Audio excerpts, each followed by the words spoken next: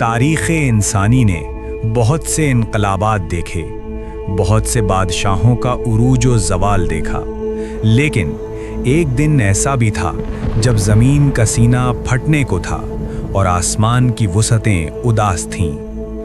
وہ دن جب مدینہ کی گلیوں میں خوشبو تو تھی، مگر وہ ہستی رخصت ہو رہی تھی جس کے قدموں کی دھول کو آسمان تلے بسنے والے اپنی آنکھوں کا سرما بناتے تھے۔ آج کی ویڈیو میں ہم وقت کی گھڑی کو پیچھے موڑیں گے اور ان آخری 24 گھنٹوں کا مشاہدہ کریں گے جب نبوت کا سورج دنیا سے اوجھل ہونے والا تھا۔ یہ داستان ہے اس ہستی کی جس نے آخری سانس تک اپنی امت کو نہیں بھلایا۔ ربیع الاول کا مہینہ تھا، ہجرت کا 11واں سال۔ مدینہ منورہ پر اداسی کے بادل منڈلا رہے تھے۔ اللہ کے رسول صلی اللہ علیہ وسلم سخت بخار کی کیفیت میں تھے۔ بدن مبارک تپ رہا تھا، مگر فکر امت کا بخار اس جسمانی تکلیف سے کہیں زیادہ تھا۔ وفات سے ایک دن پہلے جب کمزوری انتہا کو پہنچ چکی تھی، آپ صلی اللہ علیہ وسلم نے پوچھا، کیا لوگوں نے نماز پڑھ لی؟ بتایا گیا، نہیں یا رسول اللہ، وہ آپ کا انتظار کر رہے ہیں۔ آپ صلی اللہ علیہ وسلم نے غسل کیا، اٹھنے کی کوشش کی مگر بے ہوش ہو گئے۔ یہ عمل 3 بار ہوا۔ ذرا سوچئے، وہ ہستی جو کائنات کی سردار تھی، وہ نماز کے لیے کس قدر بے قرار تھی۔ آخرکار آپ صلی اللہ علیہ وسلم نے ابو بکر صدیق رضی اللہ عنہ کو نماز پڑھانے کا حکم دیا۔ یہ اشارہ تھا کہ اب نبوت کا سفر مکمل ہو چکا اور خلافت کا دور شروع ہونے والا ہے۔ بیماری کی اس حالت میں بھی آپ صلی اللہ علیہ وسلم منبر پر تشریف لائے۔ یہ آپ کا آخری خطبہ تھا۔ آپ صلی اللہ علیہ وسلم نے فرمایا، اے لوگو، اگر میں نے کسی کی پیٹھ پر کوڑا مارا ہو تو یہ میری پیٹھ حاضر ہے، بدلہ لے لے۔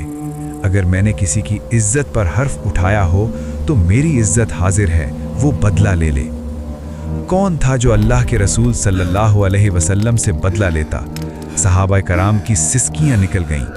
آپ صلی اللہ علیہ وسلم نے بار بار 2 باتوں پر زور دیا، الصلاۃ، الصلاۃ یعنی نماز کا خیال رکھنا، اور دوسرا اپنے زیر دستوں یعنی غلاموں اور عورتوں کے حقوق کا خیال رکھنا۔ یہ وہ الفاظ تھے جو قیامت تک آنے والے مسلمانوں کے لیے مشعل راہ بننے والے تھے۔ پیر کی صبح طلوع ہوئی۔ حضرت انس رضی اللہ عنہ فرماتے ہیں کہ صحابہ کرام حضرت ابو بکر کے پیچھے نماز فجر ادا کر رہے تھے کہ اچانک ام المومنین عائشہ صدیقہ رضی اللہ عنہا کے حجرے کا پردہ اٹھا۔ اللہ کے رسول صلی اللہ علیہ وسلم نے صحابہ کو نماز پڑھتے دیکھا اور آپ صلی اللہ علیہ وسلم کے چہرے مبارک پر ایک دلکش مسکراہٹ آ گئی۔ صحابہ سمجھے کہ شاید آپ صلی اللہ علیہ وسلم کی طبیعت سنبھل گئی ہے۔ خوشی کی لہر دوڑ گئی۔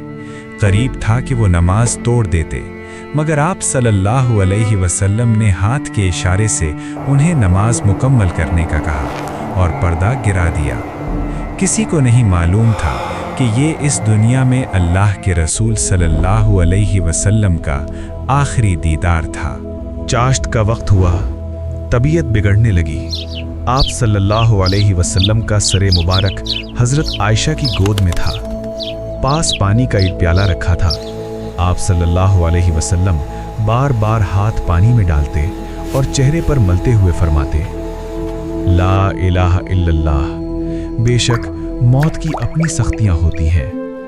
روایات میں آتا ہے کہ ملک الموت یعنی عزرائیل علیہ السلام دروازے پر حاضر ہوئے اور اندر آنے کی اجازت مانگی۔ یہ واحد موقع تھا جب موت کے فرشتے نے کسی کی روح قبض کرنے سے پہلے اجازت طلب کی۔ حضرت جبرائیل علیہ السلام تشریف لائے اور عرض کیا، یا رسول اللہ، اللہ آپ کی ملاقات کا مشتاق ہے۔ آپ صلی اللہ علیہ وسلم نے آسمان کی طرف نگاہ اٹھائی اور وہ تاریخی الفاظ کہے جو آج بھی مومنوں کے دلوں میں گونجتے ہیں، الرفیق الاعلیٰ، الرفیق الاعلیٰ، یعنی مجھے میرا اعلیٰ ترین دوست میرا اللہ چاہیے۔ اور پھر وہ ہاتھ جو کائنات کو راستہ دکھاتے تھے ڈھیلے پڑ گئے۔ وہ زبان جو امت کی مغفرت کی دعائیں کرتی تھی خاموش ہو گئی۔ انا للہ و انا الیہ راجعون۔ مدینہ منورہ میں یہ خبر بجلی بن کر گئی۔ صحابہ کی ہمت جواب دے گئی۔ حضرت عمر فاروق جیسے بہادر انسان نے تلوار نکال لی اور کہا، جس نے کہا کہ رسول اللہ صلی اللہ علیہ وسلم انتقال کر گئے، میں اس کا سر قلم کر دوں گا۔ وہ صدمے سے اپنی حس کھو بیٹھے تھے۔ تب حضرت ابو بکر صدیق آئے۔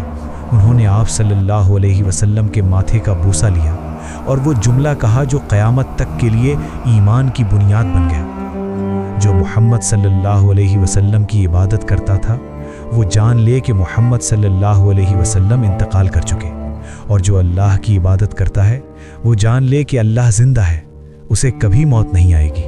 ناظرین، رسول اللہ صلی اللہ علیہ وسلم نے اپنی زندگی کے آخری 24 گھنٹوں میں بھی ہمیں نماز اور انسانی حقوق کی تلقین کی۔ آج جب ہم یہ ویڈیو دیکھ رہے ہیں، ہمیں خود سے ایک سوال کرنا ہے، کیا ہم اس ہستی کے امتی کہلانے کے حقدار ہیں؟ کیا ہم ان کے بتائے ہوئے راستے پر چل رہے ہیں؟ وہ ہمیں روتا چھوڑ گئے تاکہ ہم قیامت کے دن نہ روئیں۔ ان کی آخری سانسوں میں بھی امتی امتی کی پکار تھی۔